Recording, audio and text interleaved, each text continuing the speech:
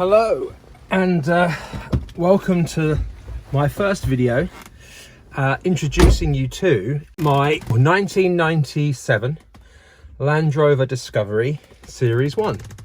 I've bought this as a 4x4 off-road vehicle to do some green laning and some off-road with a few other Land Rover chums. So every time I drive Disco, I'm going to wear my countryside off-road hat. So what can I tell you about my Disco? Why did I buy it? About 3 months ago, a group of us went for a 4x4 off-road day in Farnham, and I didn't have a Land Rover or anything. And I hired a Range Rover P38 and had so much fun that after that day, decided to buy my own 4x4. So I had a look around, got this on eBay. It's been here a week and the MOT is tomorrow. So what do I know about this car? Not an awful lot. Like I say, I bought it on eBay. I didn't see it before I bought it. There's a few things that don't work. So the first thing that I've discovered that doesn't work, which I think is going to be an issue for the MOT, is the handbrake. Now the handbrake just doesn't work at all. You put it up and it doesn't click or engage anything. So that's an issue. What else doesn't work? The heaters, they blast out cold, but there's absolutely no hot air. So I'm going to fix that because my feet got frozen driving an hour back last week when I picked it up. The rev counter is a little temperamental. It bounces up and down. It gives a rough indication of revs, but it's not that accurate. And actually, until the vehicle gets warm, the speedo is a little similar, but once it's warm and up to temperature and enjoying itself, it's relatively accurate. So what else have I discovered that doesn't work? Well, the front electric windows work. The rear ones, no, they don't work. In fact, they just fall down without any warning. So there's no rear electric windows. Something that's common in these vehicles that I have been told so far is the sunroofs let in quite a lot of water, and this is the same. There's quite a lot of water dripping down from this sunroof and the rear sunroof. The headliners are swaying in the wind, should we say. So there's quite a lot of condensation on the inside. The vehicle's been stood for about a day since I last started it, and there's quite a lot of water inside here. A nice surprise was the stereo. It's got one, and it works, and there's some speakers. There is some service history that came with the Disco, and I was quite pleased to see kind of a raft of documents in here. So there's the service handbook here, and then a raft of receipts. But they're not service receipts. They are receipts for, well, actually, they're all builder's merchant receipts. So this one is a builder's merchant in Hemel Hempstead, and there's a load of sand, a pickaxe handle, a pick head, and some cement. And then more service history. Let's just see what we've got here. Another builder's merchant, concrete posts, post mix, and boards. £528 on service, well, not service, just general stuff you throw in the back of here. So what does all this service history tell me? Well, it's not official service history, but I do know that the Land Rover's been really well used. It's been full with sand and cement. It's been used for a landscape gardening business. So it's been put through its paces. It had to work really hard. And I'm hoping it's in good condition. I'm hoping, although it's worked hard, it's not going to need a huge amount of work done for the MOT. And just to make sure that she starts in the morning, I better start her up now. I'll do the immobiliser. The fatter key is the one for the ignition. It's quite hard to tell, but it's this one. Here we go. Let's let it warm up, and then hopefully she'll start. Get her warmed up for tomorrow. Here we go. Oh dear. Oh. That was a little bit touch and go. Right, so what I've found is the stereo seems to be permanently wired to the battery.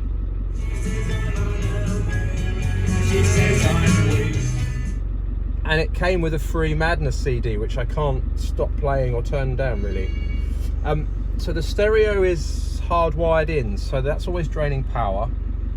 Didn't want to start just then, even though I started it maybe yesterday morning, about 24 hours ago. So that's a bit of an issue. At the moment, the rev counter is not working at all. Ah, there she goes. So if you get her up to maybe, what's that going to be, 2,000 revs maybe? Here we go, here we go, here we go. There we are. And relax. So I think that gets better as she warms up. Everyone that owns Land Rovers has warned me that there's going to be invoices, big ones, and quite often. So I've got my fingers crossed, but let's see what happens in the MOT.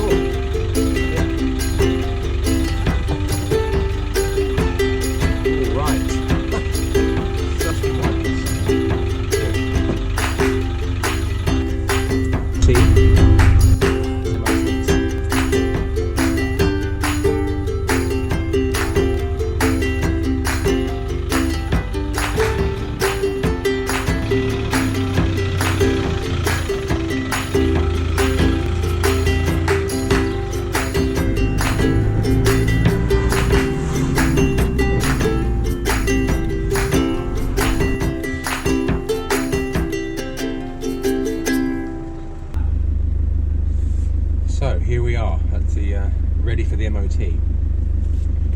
Oh, 5 minutes early. Time for a quick cup of tea, and then I'll report back later on.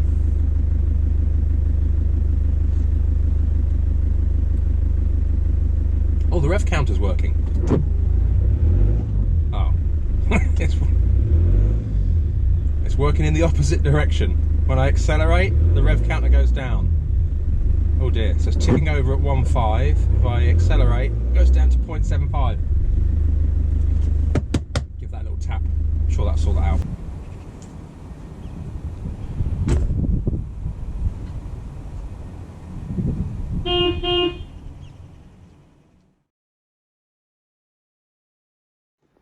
Right, I've just had the call from the mechanic who's looking at Disco Dolly, and he wants me to come and have a look at something. So she's on the ramp and he wants to point out something and get my opinion on it. I have no idea what it is. So what I'm going to do now is jump into my other car and go and see what the problem is.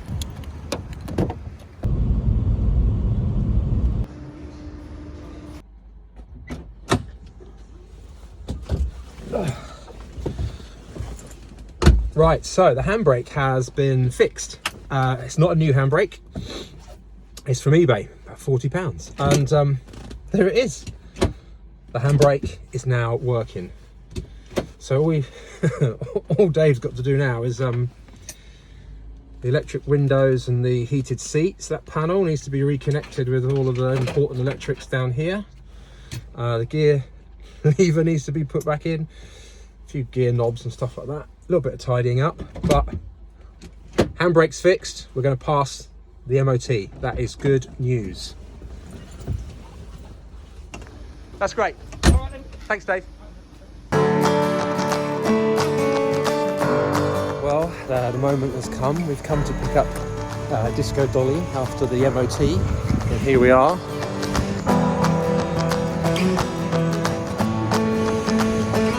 So she's just around the corner. I hope she's ready to go. Here we go.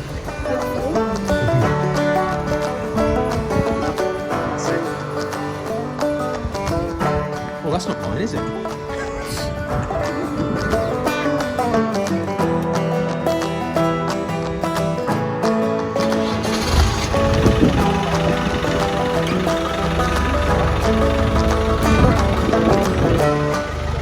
we've got half heat. We've got heat on the left-hand side, passengers.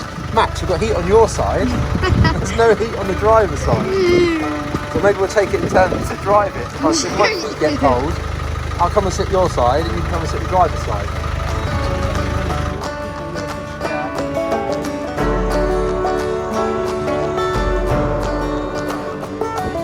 Yeah, so don't use those. Don't put LED bulbs in your number plates. Draws too much power, blows the fuse. I knew that.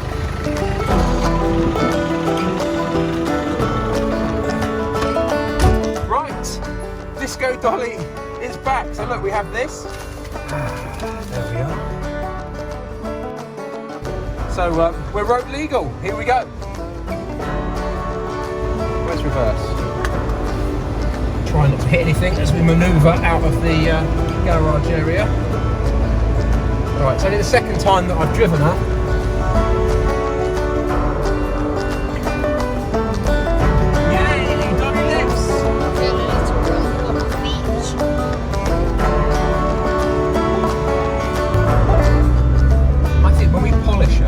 Surprise. I don't really know what colour she is.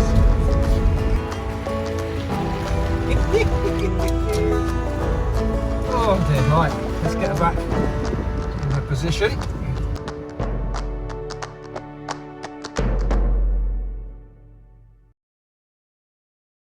So we've had a little Sunday morning meet up and we were just about to go for a drive. But Disco Dolly has decided, in front of all the other Land Rovers here, all the other much older Land Rovers, Disco Dolly's decided not to start. So we're going to attempt a Jumpstart with Lord Trousers at the helm. Just a slight Just a slight. Very small. Here we are. I think it might be a flat battery, Captain. We're going to try. Modern technology never goes wrong, eh? That's the beauty of buying something that's only built in the 90s. Right.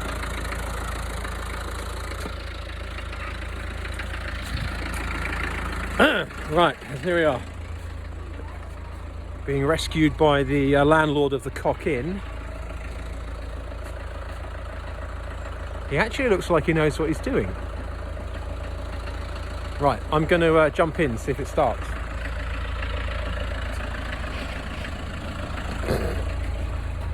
So there was me saying, I've got a 1997 Discovery, bulletproof, and now it's being rescued by the 1971 Series 2.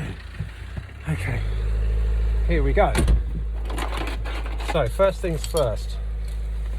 Shut the door. Immobiliser off. We thought it was a mobiliser issue. Key in. Warmer up. Here we go. No, it's dead. No, it's dead. Oh, no. Look, the electric windows work, so it's got power. Modern rubbish. Modern rubbish. Okay, plan B.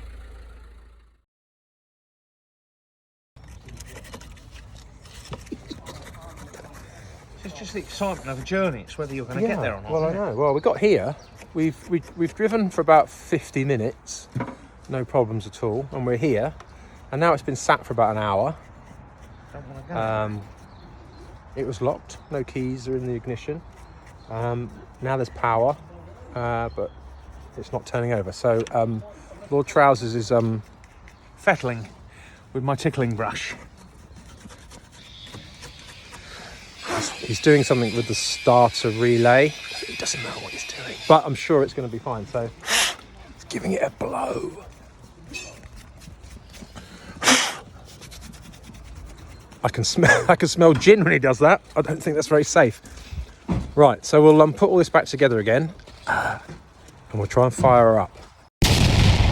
It lives. So Lord Trousers has taken the relay off. He's given it a bit of wire wool action, He's cleaned it, dried it, he spat some gin into it, put it back together again. I've literally just put the key in and it started.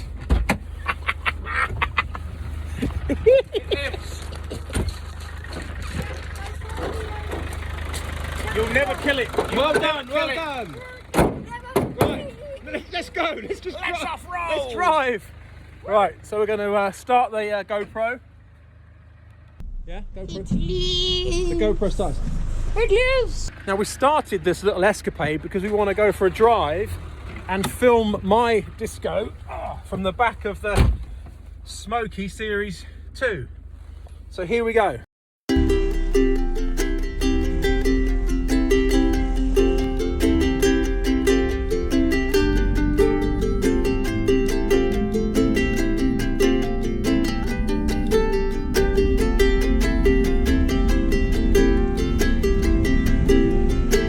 So, a quick road test, what can I tell you? I'm really impressed. It's really smooth. The gearbox is really smooth. Changing between the gears is really easy. I'm not sure what I expected. Well, what I expected was in the older series, the gear lever is huge and it's quite raunchy between the gears. But this Disco 1 is very smooth between the gears. The accelerator, you have to push it pretty hard. There's quite a lot of resistance on the accelerator, but you soon get used to it. And it's the same with the brakes. The brakes you kind of have to stamp on. There's not a lot of feel in the pedal, but you push it nice and hard and the brakes work fine. And maybe it's the steering that I'm most impressed with. It goes in a straight line, it doesn't pull to the left, doesn't pull to the right, the steering wheel doesn't shake. The wheels are obviously very well aligned, and it's just extremely smooth. It's actually very easy to drive.